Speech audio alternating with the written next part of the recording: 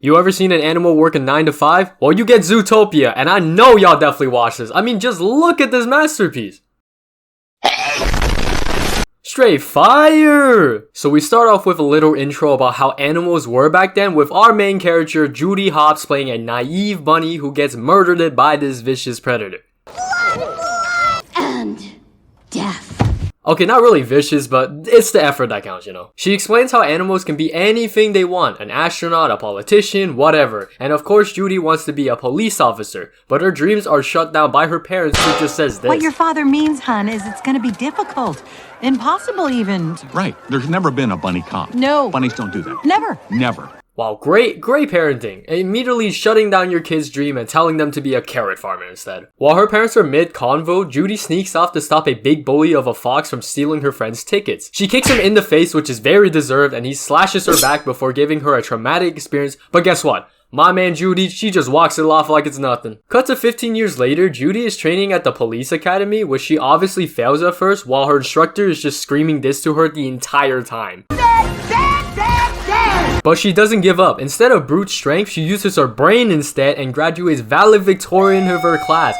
At the ceremony, she's assigned to the Zootopia police department. And no shade to the others, but how'd you let a bunny take valedictorian? That's a big skill issue in my opinion. Before she leaves, her parents give her a bag containing everything needed to paralyze and potentially kill a fox. I thought Zootopia was supposed to be a peaceful place, but nah, I think these parents just want to see a world without foxes apparently. Judy hops on a train and says goodbye to her parents while blasting Shakira, Shakira. She arrives at her apartment and already has to deal with bad neighbors, but like any independent person living on their own for the first time, it's a great feeling since you're on your own. She wakes up and heads to work where a tiger calls her cute, which I found out is actually a slur in Zootopia. Yeah, don't call people cute, it's bad here. At the first team meeting, Chief Bogo says happy birthday to an elephant and then the tiger next to him starts throwing hands for some reason. But then Chief Bogo brings up the real issue. 14 animals have gone missing. He assigns positions to everyone except Judy, who gets parking duty. She tries to disagree with the chief, but bro doesn't care, so she sets out to do 100 tickets but decides to make it 200 cause why not make it harder for yourself? She goes on to give tickets by spawn camping parking spots and giving them the tickets the moment it expires, which is kinda petty cause bro, it's only 1 second late, come on now. She finishes the tickets and we get to meet our main fox character named Nick, who goes inside an ice cream place and Judy follows cause she's like, oh, a fox. We get an interaction between Nick and the elephant cashier, but you cannot tell me that this isn't just racism in a nutshell. Dude is outright refusing service cause he's a fox. Also, who gave this man a New Yorker accent? He sounds like that one TikToker dad. Judy steps in and pressures the elephant into giving Nick a jumbo pop for the kid. Nick says he forgot his wallet and Judy pays for it. Now, if this was me, I would have helped it until the point where Nick forgot his wallet, cause I don't know about you, I ain't wasting money. Later, she sees Nick draining the popsicle and the kid is suddenly driving now? You're telling me he got his license in 10 minutes when it takes people 18 years. Turns out they freeze the liquid and sell paw-sized popsicles to working hamsters. Then they sell the sticks to construction workers. Man's out here being the next Jeff Bezos.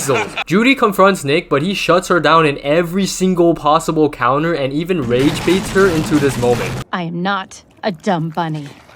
Right. And that's not white cement. She goes home all sad and it gets even worse cause imagine you return home on a really bad day after getting scammed and this is your dinner. Oh my god, bro. Oh, hell no, man. What the fuck, man? Low-key, that would have been my crash out point. She fakes being happy on a call with her parents and her neighbors clown her further. What a day, I tell you. The next morning is no better. She's already getting complaints about her tickets, looking like she's been working a 9 to 5 for years, even though it's only been day 2. Respect to anyone that's working these jobs. Y'all are strong. Then finally, she gets some action. A shop gets robbed and Judy chases the thief all the way into Hamster City. Side note, I'm surprised that the thief has not hit a single hamster tunnel yet considering how small they are. Plus, this looks like that Microsoft window thing. She saves a hamster from a giant donut and catches the thief. Back at the station, Chief Bogle lectures her, but let's be real. Who else was gonna stop the thief? The rest of the force is built like tanks. Judy is literally the smallest one out of the rest of the crew. Mrs. Otterton shows up asking for help finding her missing husband and Assistant Mayor Bellwether steps in, which pressures Chief Bogle to make a deal with Judy that she has 48 hours to solve the case, otherwise she's fired. Her first lead is from a photo that shows Mr. Otterton with Nick, so she interrogates him both nicely and not. Did you just boot my stroller? She hits him with tax evasion charges and blackmails him using his own words, so he agrees to help her. They head to an exotic place, and what I mean by exotic is that this place, everyone is naked and in their natural habitat. Judy was still able to get the license plate number of the car that took Mr. Otterton, so they go to one of the best DMV workers in town. Flash, 100-yard dash. This whole scene is just pure comedy, because you cannot tell me that this isn't funny. What do you call a three-humped camel? Pregnant. They finally get the plate, but by that time, it's already dark outside. They find a place and investigate a car, but then Nick realizes they messed it up big time, since they're in the car of one of the most feuded mafia bosses in all of Tundra Town, named Mr. Big, and they end up getting caught by his bodyguard polar bears. They meet with the crime boss, who turns out to be a hamster, and Mr. Big tells his guard to ice him because of Nick's past scam, selling him a rug made of a skunk's butt. Plus, he's extra salty that they crashed at his daughter's wedding, even after telling Nick he never wanted to see him again in these lands. But they're saved it when his daughter, who turns out to be the hamster Judy saved it earlier from the giant donut, steps in, and Nick's face is just priceless. Mr. Big tells them the events during his daughter's wedding of how Mr. Otterton went savage and attacked the driver even though he considered him family. The driver, Mr. Manchas, lives in the rainforest district, so the duo visits him. Manchas retells what happened, then turns into a savage beast in the span of 3 seconds and chases the duo on a bridge, to the trees, to another bridge, while Judy calls for backup. They escape, but when backup arrives, Manchas is gone. Chief Bogo nearly takes Judy's badge as a part of their agreement, but Nick just says no, giving them 10 more hours on the case. Nick shares his backstory to Judy about how he also was a kid with dream and ambitions of trying to join the Junior Ranger Scouts. But I ain't gonna lie, his backstory might be even more traumatic than Judy, cause he was forced in the dark by his peers to wear a muzzle, and then it caused him to cry alone. For a kids movie, this is just depressing. Holy man. Judy comforts him, and then they realize that the traffic cams might have caught something, so they go to Assistant Mayor Bellwether. Also, I just want to talk about how fake the mayor is. It's not easy being an assistant, and the fact that he's treating her like complete trash just shows his personality as well. While they're getting the footage, Nick decides to do whatever this is. So fluffy. And honestly, I would say that's reasonable since it does look like it feels soft. The cameras show that the wolves, aka night howlers, took manchas, so they sneak into the facility by starting a wolf howl that causes every wolf to collectively howl. Inside, they find all the missing animals, and the mayor knew about it this entire time, but decided to keep it a secret from Chief Bogle and pretty much everyone else. Judy tries to record him, but then... You're telling me you didn't silence your phone on a secret mission? Bro, anyone with a brain would have known to mute their phone before going. That's legit Spy 101, Judy. How do you not know that? They escape through a toilet regardless. The mayor gets arrested. At the press conference, Judy explains that predators might be going back to their savage and primitive ways due to their DNA or evolution. Nick gets hit hard by this since it reminds him of his past, so he confronts Judy and says, "I quit, I'm not gonna be your partner anymore," and gives her back his application paper since he believes that it's better if you don't have a predator as a partner.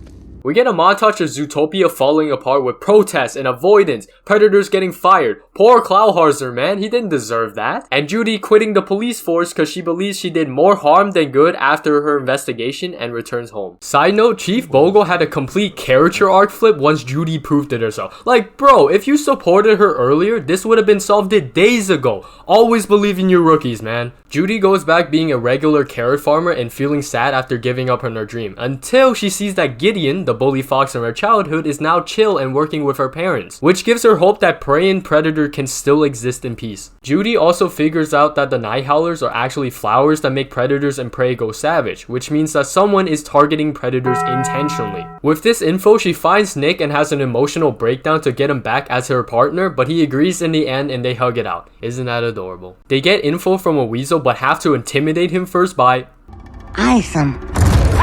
He tells them about an underground lab on a train. They get inside the train and we meet the Walter White of Zootopia, mass producing a serum that makes predators go crazy. This scene also looks like that one scene from Breaking Bad where Walter is making the chemicals. It's actually the same thing. The sheep might be John Wick 2 by the fact he's sniping predators from buildings and in moving cars. No one can hit shots like those, man. Judy kicks him downstairs, they hijack the train and fight the 2 horned sheep. One of them somehow survives getting hit by a train. I'm pretty sure that a train coming at you at at full speed would do more damage than shaving your stomach. Nah, no way that's realistic. The train crashes, they escape with just the case, but then Bellwether shows up. Judy almost gives her the case, but realizes they never told her their location, so why is she even here? They run cause this sheep looks pissed after getting kicked into a sign, and Bellwether turns out to be the mastermind behind this all and wants that case. Judy gets hurt while running, Nick tends to her wounds, Bellwether delivers her classic villain monologue of how prey should dominate, not predators, blah blah blah. But here's the thing. Most villains are typically smart, right? They avoid dumb mistakes, but Bellwether, she straight up calls the cop. Like, dude, you could have walked away. No one would have known. Instead, you call 911 mid-crime? And that one move, ladies and gentlemen, just suited her downfall. She shoots Nick with the serum, or so she thinks. He fakes going savage and attacks Judy, but plot twist, he swapped the serum with blueberries. Got you there. They record Bellwether's whole evil speech with the carapan, and she gets arrested. Rightfully so. The movie ends with the predators getting treated, Judy giving a final speech about chasing your dreams.